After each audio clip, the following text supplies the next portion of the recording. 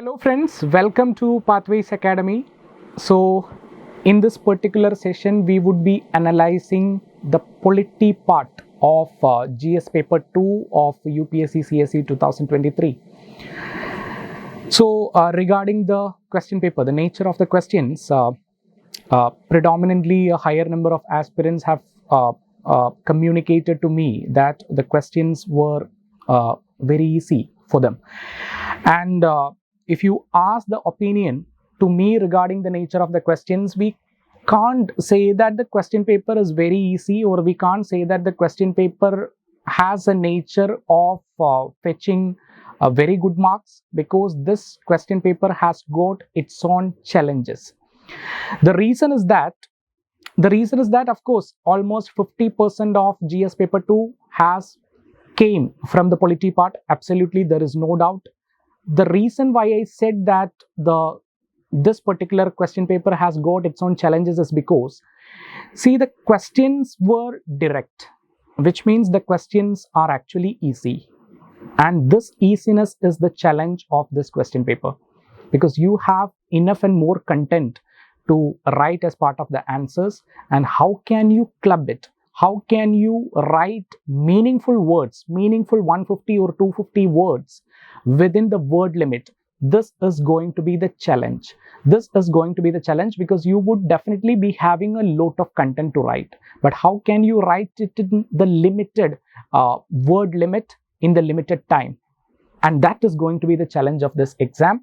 So without wasting much time, we would start discussing the question. So question number 1 of this paper, that is, constitutionally guaranteed judicial independence is a prerequisite of democracy. Comment. The tail word is in fact comment, and this question is of 10-mark question, so you would definitely have to write it in within 150 or 130 to 150 words. So what is the context of this question? In fact, regarding this particular question, let me tell you that the same kind of questions were previously also being asked by UPSC. So in a way, practicing writing the previous year questions would help a lot of aspirants to address this particular question. So regarding the context of this question, why? What is the reason why the UPSC would have put this issue as part of the question paper? Now, you would have heard about the issue that the Vice President of India, Sri Jagdeep Dhankar, has come forward with a statement that the declaration of the Supreme Court regarding the National Judicial Appointment Commission as null and void, without giving due respect to the Parliament sovereignty and the mandate of people. And this particular issue would have come into notice. So that would have been the reason why the UPSC would have put this particular issue in the question paper. Now, the important point that you need to notice before starting writing the answer for this question is that how the constitutionally recognized or the constitutionally guaranteed judicial independence can be connected to the democracy. Now, you know that democracy is on the basis of the concept of the separation of power. Isn't it? The separation of power, the doctrine of separation of power, that is, you have the executive, legislature and the judiciary, and each have its respective operational spheres. Now, wherever there is a separation of power, there would always be arbitrary performance or the arbitrary actions by these respective departments. So when there is an arbitrary interference by these departments, there should be a check and balance, and that check and balance would be done by an independent body, and that independent body would be the Supreme Court or the High Courts. So that is how you can connect democracy with the constitutionally guaranteed judicial independence. Okay, so that is why, or that is how you need to start the answer with. So as part of the introduction, you can mention about democracy is on the basis of the doctrine of the separation of power or doctrine of separation of power. That means the executive, the legislature and the judicial department has its own operational spheres. Now, if the executive or the legislature violates the doctrine of the separation of power, the judicial interference is inevitable, and for that the judiciary needs to be independent. Okay, the judiciary needs to be independent. Now, the judiciary also helps in upholding the spirit of rule of law, upholding the fundamental rights of the citizens. You can mention this also as part of the introduction as per your convenience. Now, coming to the body part. When you talk about the body part, what you need to write is that, see, the tail word is comment. So you should definitely elaborate constitutionally guaranteed judicial independence. You can mention about Article number 50 of the Indian Constitution, in fact, about the directive principle of state policy, which actually provides an instruction for the state that the judiciary should be separated from the executive, or the executive should not have an interference or say in the judicial wing or the judicial organ, the judicial wing or the judicial organ of the government. So when coming to the body part, you can necessarily start with Article number 50 of the Indian Constitution, or you can start with Article number 13 of the Indian Constitution, which provide for the judicial review. So it is the action of the Parliament, that means the legislature as well as the executive, which can be reviewed by the judiciary under Article number 13 of the Indian Constitution. You can mention that. You can mention about Article number 32, 226 of the Indian Constitution, which speaks about the writ jurisdiction of the Supreme Court and the High Court. You can mention about Article number 50 even, that is a part of the directive principle of state policy, in fact, which instructs the state to separate the judiciary from the executive, or the executive interference should be restricted from the judicial department of the government. So you can mention about Article number 50 of the Indian Constitution also. And of course, you can mention about the mode of appointment of the judges of the Supreme Court and High Court. Independent or independence needs to be always sustained. And for that purpose, the collegium system is taking forward the recommendation for the appointment of the judges of the Supreme Court as well as even the High Court. So you can mention that even if the Constitution has not mentioned about the collegium, the Supreme Court has provided a pronouncement, a verdict, which is officially a kind of amendment to the Constitution of India, and it is the collegium that we are following now. So you can mention about the collegium, you can mention about the security of tenure. That means once the judges of the Supreme Court are appointed, there needs to be a procedure followed as per the Judges Inquiry Act. And only after following the prescribed procedure as per the parliamentary statute, that is the Judges Inquiry Act of 1968, you would be able to remove the judges of the Supreme Court and even the High Courts. So the security of tenure can also be mentioned.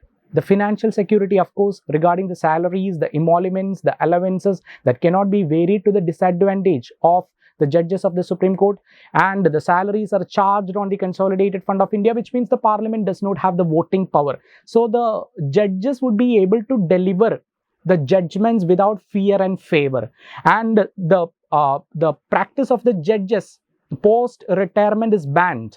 And that also will enable the judges of the Supreme Court to act without fear and favor, without possible expectation of perks from any of the political parties. And you can even mention about the conduct of the judges not it cannot be discussed in the Parliament of India. That can also be mentioned. So these are some of the constitutional safeguards, or the constitutional provisions, or the constitutional guaranteed judicial independence, or the constitutionally guaranteed judicial independence, which you can refer to. And finally, you can mention about what is the reason why the Constitution would have provided for the guaranteed judicial independence. Now, the reason can also be mentioned as part of this answer. Then the answer will be authentic, clear, and would be covered holistically, so that the examiner would understand that you have got a 360-degree level understanding of what exactly the question was. So regarding the reasons why there is constitutional provision, you can mention about to restrict or to check the arbitrary usage of power of the executive and the legislature. The guardian of the fundamental right is the Supreme Court of India, upholding the spirit of constitutionalism and even transforming the society. And as a part of conclusion, you can make a statement that mere pronouncement of the judgment would not actually serve the need, but the implementation from the executive. Implementation of the judgment with due respect from the executive is also essential for the successful working of a democracy. That's it regarding the first question. So now the question number 2 of this paper, and question number 2 is totally a factual question, and the question is, who are entitled to free legal aid? As is the role of National Legal Services Authority in rendering free legal aid in India?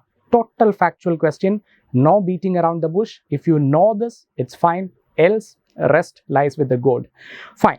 So in fact, what you need to understand is that the same statement was asked for the prelims. I think for the last prelims, the same statement was being asked by UPSC. So this is exactly the same statement they have asked for the mains exam. Fine. So you can just mention about, as an introduction, you can just mention about article number 39A. In fact, is a directive principle of state policy which instruct the state, which actually provide an instruction for the state to provide free legal aid for those who are really deserving. So on the basis of that, to ensure that justice, the National Legal Services Authority was formed. Prior to that, Legal Services Authority Act of 1987 was formed. So that will actually contribute enough for the introduction to this question. Now, regarding the body part of the question, you just need to mention which are the category of people who are entitled for free legal aid. This is something which is inevitable in comparison to this or in relation to this particular question. And finally, as the next part, you need to mention about the role of National Legal Services Authority Act to provide legal aid counsel, for providing the legal aid for those marginalized sections like the transgender even, then which was part of the NALSA judgment, isn't it? So the transgender, the women, SC, ST, so they would be provided with the legal aid. And you can just mention some challenges also. In fact, as part of this question, you can just mention some challenges also which the National Legal Services Authority is facing now. So as part of the challenge, the lawyers, the advocates, they are not willing to get associated with the NALSA. Then you have the NALSA contributes only for about 1% of the litigation. That is another reason. No awareness, that is another one of the challenge, because the common people does not know exactly the free legal aid is available for them or not. And as a part of conclusion, you can say that there should be a cordial functioning of the government as well as the civil society groups which can ameliorate the performance of this National Legal Services Authority Act. So this would contribute to a question which is purely factual in nature, nothing dynamic. It is totally, completely, perfectly, it is totally factual in nature. If you know it, good enough. Otherwise, there is no other way.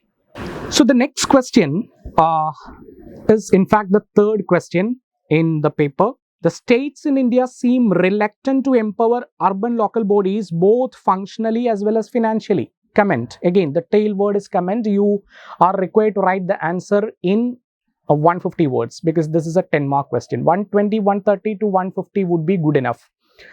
Now, the question here is that the states or the geographical state, we are talking about the geographical state, the state of Kerala, the state of Tamil Nadu, this is the state which is mentioned here. These state governments are reluctant to provide the autonomy for the urban local bodies. This is what needs to be addressed here. Now, what is the reason? What are the reasons and what can be the reason? There is a historic reason, in fact. When you write about the introduction, what you can mention is that about the 74th Constitutional Amendment Act, which has provided the constitutional recognition for the urban local bodies. So rising urbanization would definitely require the state government to provide more power for meeting the needs of the people who are part of the urban local bodies.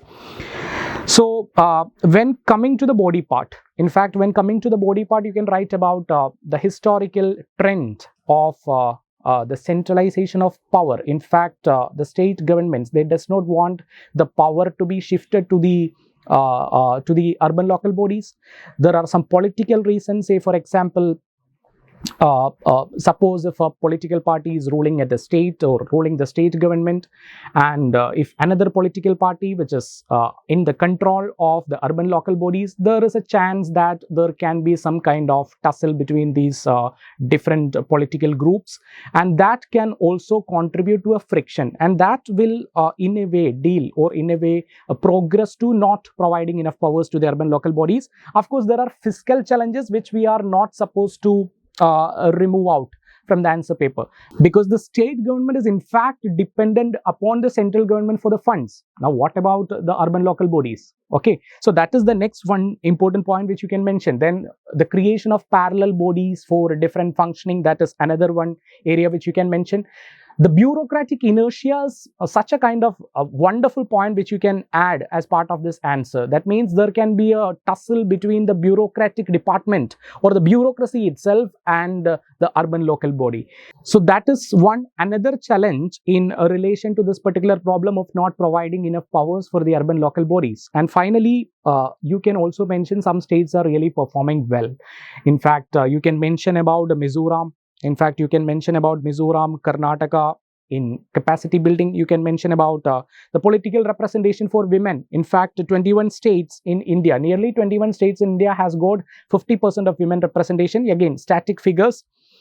And Gujarat or Maharashtra gives more financial autonomy for the urban local bodies. You can also mention that. So, as part of conclusion, you can just provide that urbanization or rising level of urbanization would definitely need the power to be transferred from the state or the centralized authority to the urban local bodies. So in that way you can end up the answer. So this would actually provide you an authentic information for this particular question in relation to the urban local bodies. So the next question, that is question number 4 of this paper, in fact is the most easy question which predominantly all, even the non-serious UPSC aspirants would be able to write well and perform well for this particular question. The question is, compare and contrast the British and Indian approaches to the parliamentary sovereignty. The base level information is what is the requirement. Again, you need to write it for 10 marks. You can well compare and contrast by separating the answer paper. So, as you know, in India, the constitution is supreme, and in Britain, it is the parliament. So, in Britain, the parliamentary sovereignty or the supremacy of the parliament, and in India, the supremacy lies with the Constitution of India. There is no judicial review power for the Supreme Court of Britain. But in India, you have the power of judicial review lying with the Supreme Court as well as the High Court. Now, we have a written constitution in India, and in Britain, they do not have a written constitution, which makes the British constitution flexible, and the Indian constitution is a blend of rigidity and flexibility. Now, in India, the head of the state, that is the President of India, he actually possesses the veto power over the parliamentary actions. Even in Britain, you have the monarch.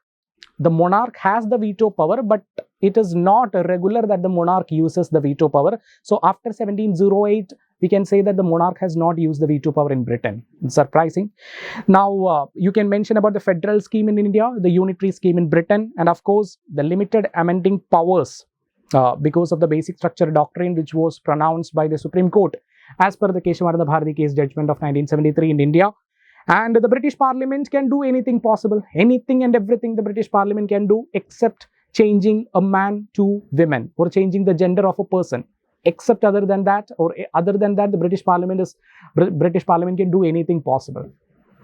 Other than that, the British Parliament can do anything. So this would end the discussion about this particular question. Simple question, level playing field for all the serious as well as the non-serious aspirants. So the next question again is a static part, or again a totally factual part, which you would be able to answer from the authentic textbook which you would have referred for understanding and for the analysis of Indian polity for the UPSC Mains Exam. So the question is like this: discuss the role of the presiding officers of the state legislature in maintaining order and impartiality, in conducting legislative work, and in facilitating best democratic practices. So the key word here is that the role of the presiding officers in the state legislative assembly or the state legislature for conducting legislative work and in facilitating best democratic practices. Now the context of this question, of course, the Kerala High Court has refused to stay the Kerala State Legislative Assembly recus issue, and there was another event, that is the suspension of 12 MLAs of Maharashtra, which was also part of the newspapers in the last year. So as part of the introduction, you can just mention about article number 172 and article number 182 of the Indian Constitution, which speaks about the presiding officers of the state legislative assembly as well as the state legislative council, that is the speaker, the deputy speaker, and the chairman as well as the deputy chairman respectively. So you can mention as the introduction this constitutional provision. See, whenever you write an answer, it is always advisable that you mention the constitutional provisions, so that the examiner will understand that you have got the clarity about what is the area that has got asked as part of this question, and also the credibility as well as the authenticity of that particular introduction would be proved in front of them. So that would be the most attractive way of addressing the question or addressing the introduction. Fine. Now coming to the body part, of course you can talk about the role of the presiding officers in maintaining the order and decorum. Absolutely. Then you can talk about the interpretation of the constitution, the rules of procedure and the conduct of business, and even the parliamentary conventions inside the house, and the classification of bills. The money bill is classified by the speaker of the state legislative assembly. In fact, you can mention about that. The disqualification on the ground of defection is well something to be mentioned. The fair allocation of time for the members of the political party without going for the kind of bias which usually we see in the office of the presiding officers. The impartial decision making without going for a political affiliation, as what I have already told you. Now when it comes to the democratic practices, the debate and discussion on the key policy issues can be mentioned. So that comes under the leadership of or that comes under the scrutiny of the presiding officer. The transparency which needs to be maintained in disqualification of a member according to the anti-defection law, and the conflict resolution between different political parties on important bills. And it is very ideal that if those kind of bills can be passed reaching out a consensus, so that can also be said as a way of democratic principle which can be taken forward inside the house by the presiding officer. Usage of the unparliamentary language, unparliamentary actions inside the house can also be prohibited or needs to be prohibited, and it is actually part of the function of the presiding officer. And as part of the conclusion, you can just mention that the consensus should be made for the presiding officer to go for a democratic or the political independence. So that would exactly meet the demand of this particular question paper or this particular question specifically. So this was totally a factual question, even though it has got a connection with the dynamic or the current political developments or the legislative developments. It is totally a factual question which everybody would have contributed at their maximum. So the next question is question number 11. In fact, those other questions would be dealt by the concerned subject expert in the coming part of the session. So the Constitution of India, the question number 11 is the Constitution of India is a living instrument with capabilities of enormous dynamism. It is a constitution made for progressive society, illustrate with special references to the expanding horizons of right to life and personal liberty. So what you need to write here as part of, again, what you need to mention is that, or what you need to understand is that this question is of 15 marks question, and you need to write the answers in 250 words limit. Now the question is like this: the Constitution of India is a living instrument with capabilities of enormous dynamism. The Constitution evolves, isn't it? That is one of the feature of the Constitution of India. That is, we have a blend of rigidity and flexibility. At the same time, we have a number of flexible provisions which can be changed by the parliament with a simple majority, like an ordinary legislative process. As well as we have some moderate provisions with a special majority of the parliament. We have some rigid provisions. That means it is very difficult to amend. Which actually deals with the federal provisions of the Constitution of India, which actually requires a special procedure to be passed, isn't it? So, of course, we have a blend of rigidity and flexibility, and this flexible features makes the Constitution of India more dynamic in nature. So, it is a constitution made for a progressive society. Now, special references in relation to the right to life and personal liberty. Now, you are supposed to start this answer mentioning about article number 368 of the Indian Constitution. You can mention about the flexible features, the power of the Supreme Court in the interpretation of the Constitution of India, the law that is enacted by the Parliament, and the Supreme Court can just provide unofficial amendments for the Constitution as well as for the parliamentary statutes. Now, major provisions which makes the Constitution a breathing document. And this is the area that will actually provide or fetch you more marks. Now, the content enrichment is actually the key to be successful with this particular question. So, the important points which you can mention over here is that the Constitution of India as a breathing document. Give a heading like this and you can mention the answer, or you can provide the points like this. Say, for example, you can mention about the fundamental rights, the directive principles of the state policy, the amendability, the judicial interpretations. You can provide important judgments also. In fact, you can actually use the power of the Supreme Court, or you can actually mention the power of the Supreme Court to provide a wider interpretation to article number 21, that is the right to life and personal liberty. So you can mention about the Maneka Gandhi case. Starting from the Maneka Gandhi case, you can mention about the right to privacy, the K.S. Puttaswamy case. You can speak about the constitutionalization of the environmental problems. The reproductive right is also a fundamental right. You can mention about that point also. You can mention about the decriminalizing of adultery, Joseph Shine versus Union of India. The rights of LGBTQ, that is decriminalizing homosexuals, that is Navtej Singh versus Union of India.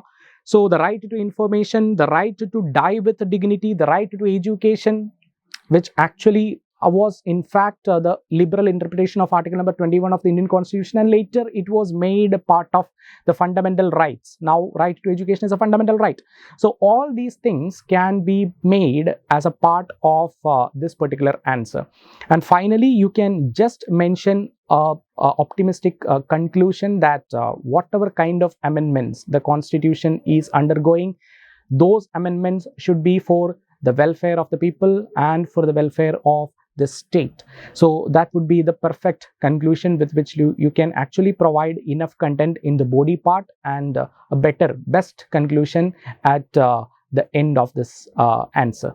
So the next question is question number 12. Explain the constitutional perspectives of gender justice with the help of relevant constitutional provisions and case laws. Gender justice needs to be concentrated here. So you would have to write, or you will have to write this answer in about 250 words, 15 marks question. So you should provide the constitutional provisions in relation to the gender justice, as well as you should write some of the case laws also. So that is how you can structure this answer. So the challenge in this particular question paper is totally the challenge lies with structuring the answer and providing meaningful, reasonable 150 or 250 words within the limited period of time. This is actually the challenge and the difficulty of this particular paper. Fine. So as part of the introduction, you can mention that the constitutional forefathers, including Dr. B.R. Ambedkar, they were aware of the historical gender discrimination against women in India.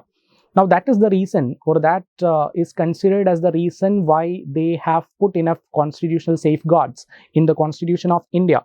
Now you can just mention the body part, categorizing it into social, economic and political safeguards. So political safeguard, under political safeguard, you can mention about article number 243D of the Constitution of India, talking about the reservation in the local self bodies. You can mention about article number 16(2) under the economic safeguards, no discrimination on public employment on the basis of sex. You can mention about article number 39D, which is actually a part of the directive principle of state policy, equal pay for work. Article number 41, the right to work for men and women. So you can just mention all these points as part of the economic safeguards. Now coming to the social safeguards, you can write about article number 15(3), which provides for the advancement of women. In fact, article number 15 says that there shall be no discrimination only on grounds of religion, race, caste, sex or place of birth. But in fact, there is an exception which is provided, or a deviation which is provided in the Constitution itself, that is the provision which is 15 subclause 3. And in this 15 subclause 3, it is clearly mentioned that for the advancement of the women, that means the state can frame special provisions. Article number 23, that is prohibition of trafficking and forced labor.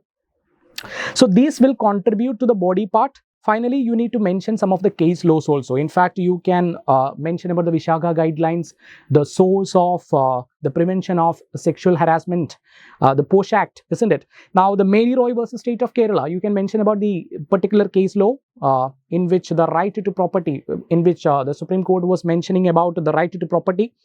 Lakshmi versus Union of India, in fact, acid is one of the tool, or considered as one of the commodity to take a revenge on women. So the sale of acid needs to be regulated. So that was also provided by the Supreme Court of India. And conclusion, beyond the constitutional provisions, it is important that the awareness needs to be provided and the patriarchal mentality needs to be brought down.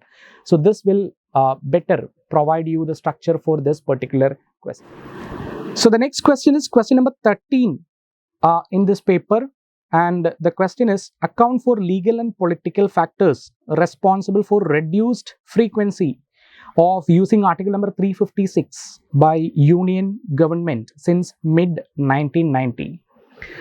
So the legal factors as well as the political factors needs to be mentioned in relation to the reduced use, the gradual reduction in using article number 356. So as part of the introduction, you can mention about the grounds for which article number 356 can be imposed. So you can mention about the constitutional failure or the constitutional breakdown, and article number 356 is totally about the President's rule, and in a way it is popularly known as constitutional emergency or the state emergency. Now the term emergency is not used as part of article number 356, but still it is popularly known as state emergency or constitutional emergency. Constitutional emergency because it is the breakdown of the constitution that leads to the imposition of article number 356. State emergency means it is concerning with the particular state legislature or the situations of the state. Now, as part of the body, you need to mention some of the legal factors. In fact, you can mention about the Supreme Court itself has come forward with a judgment, the famous judgment of the S.R. Bommai case, that has clearly provided some guidelines for the central government that you should wait before imposing article number 356. You should make or you should provide a chance for the state government to prove the majority on the floor of the house. And once if the majority is not proved, of course, you can go for the President's rule. And other than that, if that is not something which is evident, wait for imposing article number 356. So that was one particular legal factor which you can mention. Political factors, in fact, a lot you can mention about. Say, for example, the coalition government is one of the reason why the central government has decided, or the central government gradually reduced the use of article number 356. Now, the regional parties does not wanted to lose its control over those regions in which they have the control. So, if the central government wanted the majority, or the party in power wanted the majority in Lok Sabha, they would require the support of the regional parties. So, the regional parties would expect something in return also. So, that is one of the reason why the coalition government is one of the reason which is regarded for the reduction in the usage of Article number 356, cooperative federalism. Now, the second one is cooperative federalism. That is, the central government is now considering a coordination with the state governments. That would be the better way of reaching out peace and stability. Now, the public opinion is also one of the factor which can be mentioned regarding the political factors, the influence of media. In fact, media criticizes the central government a lot if they are imposing Article number 356 on unreasonable grounds. And finally, the international image. That is, we always wanted to be federal. We does not want to be unitary in nature. So, imposition of Article number 356 itself converts the federal polity into a unitary polity. So, we does not want that. So, that will essentially contribute to the body part of this particular question number 13 of this paper. Yeah, the next question, explain the significance of the 101st Constitutional Amendment Act. To what extent does it reflect the accommodative spirit of federalism? 15 marks question out of 250 words. Introduction, just provide about the enactment of GST, 101st Constitutional Amendment and accommodative spirit of federalism. This is what is asked by the UPSC here. Again, totally factual area. Totally, absolutely factual area, nothing dynamic. So regarding the GST, you can mention about the single unified tax system by consolidating all the existed indirect taxes. As part of body, you can mention about the harmonization of taxes, the economic integration, the revenue sharing, the reduced tax evasion because everything gets digital as part of the technology. And the GST, how does it reflect accommodative federalism? GST Council itself consists of the members of the center as well as the states, and it is all about sharing the revenue, which actually promotes the idea of federalism. And conclusion, of course, you need to conclude it with a positive note, that is regarding the promotion of a cooperative federalism. That's it about question number 15. So here we go with the last question from the side of Indian polity. Explain the structure of the parliamentary committee system. How far the financial committee helped in the institutionalization of Indian parliament? 15 marks question. The word limit which needs to be kept in mind is 250. Fine. So as part of the introduction, so what is asked here is that how far the financial committee has helped in institutionalization of the Indian parliament. This is what is the question asked here. So as part of the question, what you need to write is that the parliamentary committee is mentioned many times in the Constitution of India, but the structure, the tenure, the function is not clearly mentioned in the Constitution of India. So you can just provide an introduction like this, and it is also known as the mini parliament, as it enhances the accountability over the executive. We always know that the thumb rule which you follow is that the executive is accountable to the legislature. So legislature is some authority to keep a check on the functioning of the executive. So the parliamentary committee is also known as a mini parliament, mini version of the legislature, which helps the parliament in contributing to the accountability or maintenance of the accountability of the executive. Now, as the first part, coming to the body part, the first part you can mention about the structure of the parliamentary committee, the standing committee, the ad hoc committee, and then just elaborate regarding the committees. The financial committees is what is the focus point here. Now, the question is asked here is that how does the financial committee contributes in the institutionalization of the parliament? This is the question, the second part of the question. So you can just provide that the financial committee has contributed in establishing the financial accountability. You can mention the Commonwealth corruption charges, in fact, was put forward by the Public Accounts Committee.